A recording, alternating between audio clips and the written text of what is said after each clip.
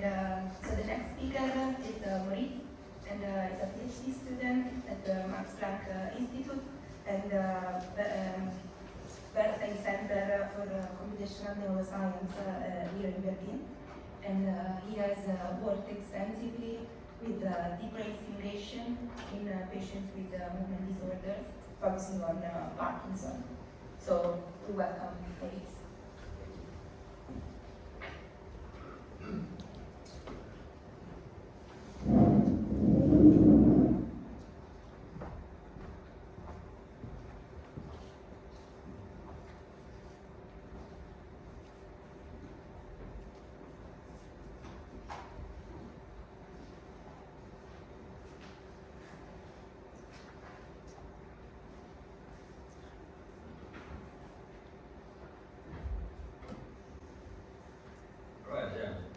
Discuss subthalamic nucleus, local field potential, power spectra, and Parkinson's disease on and off levodopa medication. And previous research has shown using single cohort findings that normalized low beta power correlates with Parkinsonian symptoms. And in my talk, I want to address the questions of whether how generalizable are these single cohort findings, and how do we best normalize the power spectra, and is the beta band of all frequency bands indeed the most important one to predict the symptoms? So let's start with the generalizability of single cohort findings.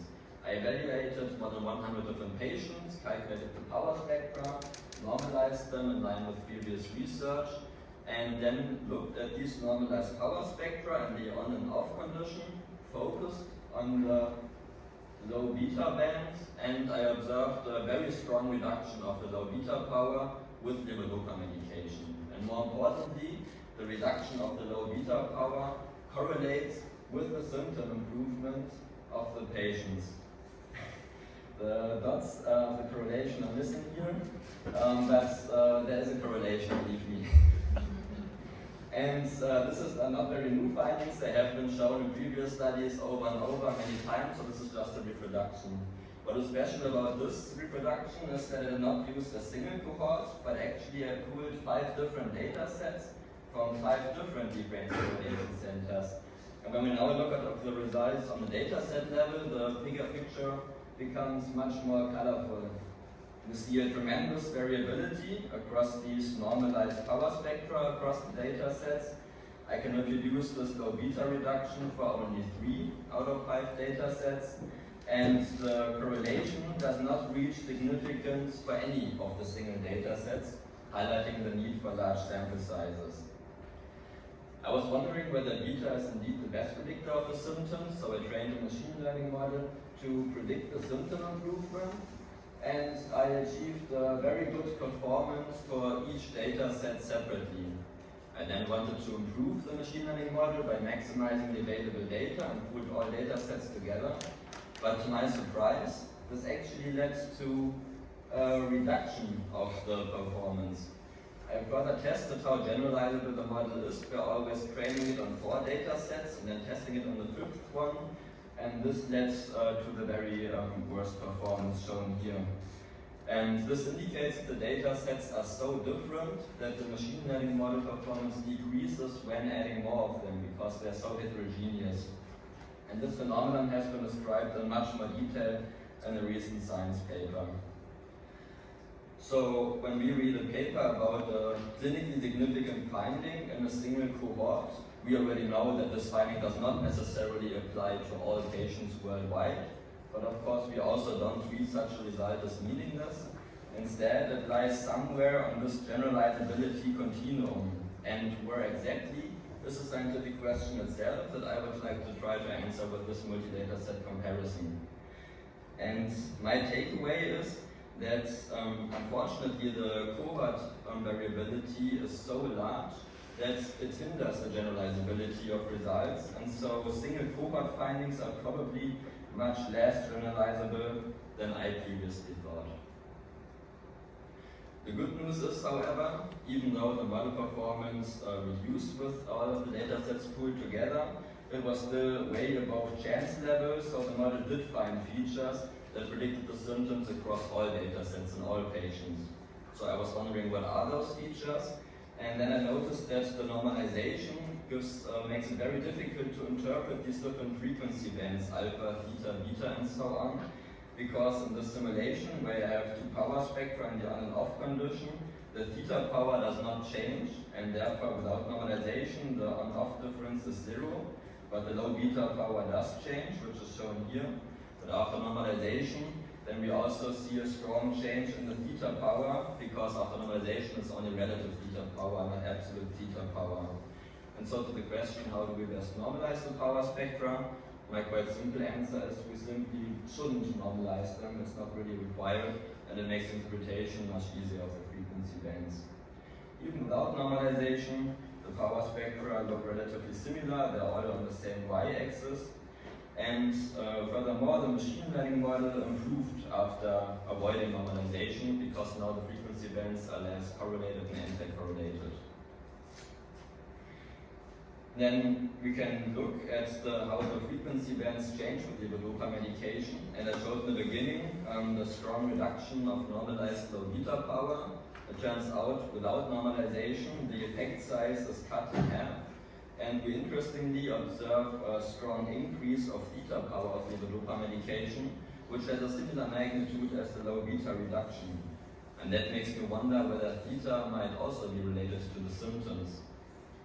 And to answer that question, I calculated the power spectra off minus on and correlated each single frequency band with the UPDRS, the Parkinson's movements symptom scale. I correlated it to check how each frequency band correlates with the symptoms. And then we do not only observe this famous positive low beta correlation, but also a negative theta correlation and a negative low gamma correlation. And importantly, these theta and low gamma correlations are magnitude very similar to the low beta correlation. So it means, at least in my 5 data sets, the correlation between normalized beta power on the one hand and symptoms on the other hand is actually a mixture of not normalized theta, low beta, and low gamma power. One could now argue that the correlation coefficient, you cannot see it, it's for normalized beta power 0.29, is larger than any of the correlation coefficients of these frequency bands, which are minus 0.17, 1.9, and 0.17. But I can also combine these not normalized frequency bands in a very simple way, simply by subtracting theta and low gamma from low beta power. And then I also observe a very strong correlation with the value of 0.33, so slightly larger than for the normalized beta power.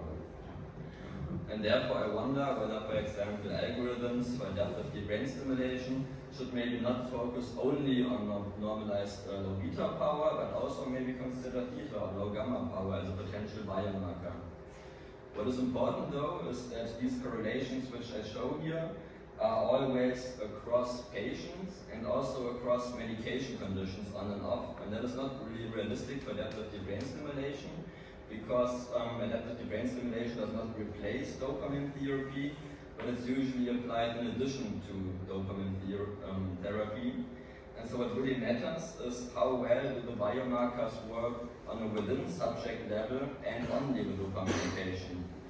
So I used the repeated measures correlation that calculates within subject correlations based on the 2 hemispheres of the patients, and I only looked at the levodopa on condition, and then I found a very strong correlation for theta at 0.24, a moderate correlation for low beta, which did not reach significance at 0.17, and a very strong correlation for low gamma at 0.3, and combined this gives the largest correlation coefficient.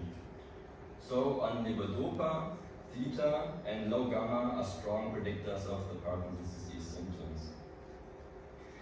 I can use the FOOF or spec-param toolbox to separate periodic and aperiodic components. This improves the machine learning model performance even further. I can also feed only the higher frequencies. Here we see some nice high frequency oscillations to the machine learning model, and in that case it still performs well above chance level, indicating that also high frequency oscillations are strong predictors of Parkinson's disease. And overall, when I give the full power spectrum as an input to the model, I obtain the very best performance with a 33% reduction of the mean squared error compared to the random baseline across all patients and across all cohorts. And yeah, these are my takeaways. I would like to thank my supervisors and especially the collaborators who were so kind to donate their data to me to make this multi-dataset comparison possible in the first place. Thank you.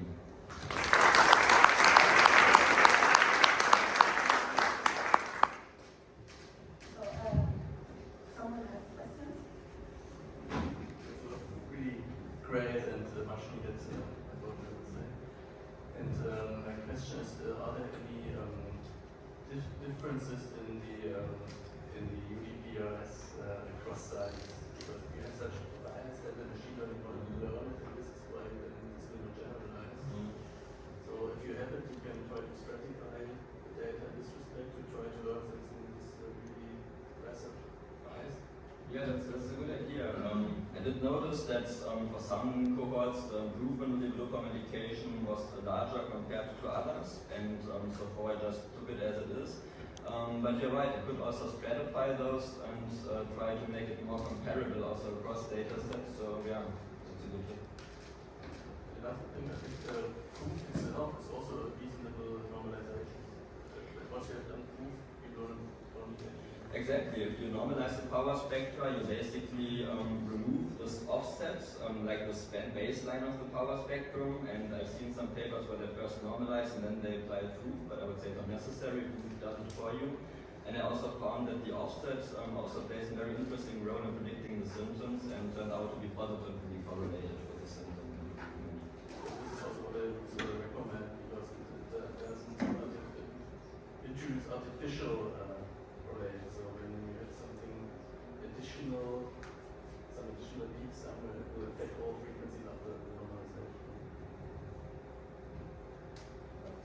My question was about this is how effectively if you try to normalize using like using the aggregated like it's Yeah, exactly. It removes the offsets, and that's another reason why I recommend to not normalize the power spectrum to keep this offset, which might be very interesting from a neurological standpoint. Just here, thanks for the talk. I was wondering whether you would find something like in scoring of the UDRS across cohorts, because it's different cohorts is done in different centers. Many different scholars may have different criteria in giving those UDRS score. Do you find that would be a bias or challenge for the machine learning? Yeah, definitely. The UPDRS scores is done by clinicians, and it's of course try to make it as objective and reproducible as possible, but of course still it's in the end a subjective definition or scale done by the clinician. So there could be some systematic differences, and definitely it is a limitation. There are some newer studies who try to make it more objective by using, for example, wristbands and so to assess the symptoms. I think for the future this would be the way to go. But yeah, for the moment, one can predict the symptoms based on these subjective ratings, which gives me some impression that they probably are somewhat comparable, but of course they're not perfectly comparable. Sometimes let's take a question from Russian because It's very nice to talk. I just wanted to ask, so do the different bands, like theta, gamma, and beta, do they explain similar portions of the variance in the data, or as in, is the variance that they explain overlapping, or is it kind of distinct? What exactly do you mean by the variance of the data?